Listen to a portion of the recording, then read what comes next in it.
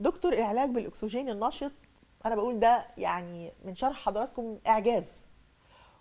ودايما بقول انه جديد علينا، يعني مش دارج.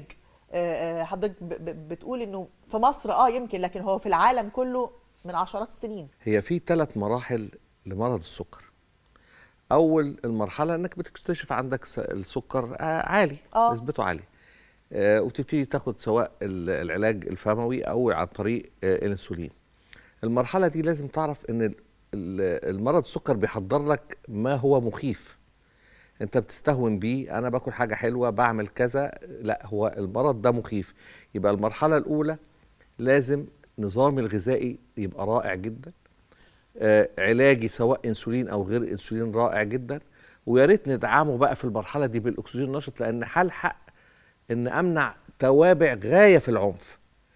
هلحق امنع توابع غايه في العنف. ما يا فندم انا بقول يعني هو كان مريض سكر، بقول لحضرتك كان بينصحني انا والمساله حصلت بشكل سريع جدا، يعني حتى في مراحل بتر المشط الرجل الاول، وبعدين مش عارفه الايه وايه، ووصلوا لفوق الركبه. لان احنا برضو هنخش على المرحله الثانيه اللي هي مرحله التنميل والشكشكه. دي كانت عنده اللي هو يبتدي المرض الاعصاب، بيرسلك الاطراف، ايديه ورجليه، وتقريبا دخل مسمار في رجله وهو ما حسش. ما دي المرحله الثالثه. احنا في المرحله الثانيه هو بيبعت لك انذارات تنميل وشكشكه، يعني بيقول لك انا ابتديت اقتحم الاطراف العصبيه سواء الدمويه او الاعصاب، وابتديت اكل فيها طبعا عن طريق تصلب الشرايين.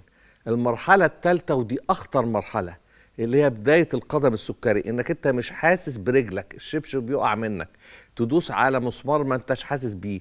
هنا بدايه القدم السكري، واللي مش هيخلي باله هيوصل لبتر الرجل.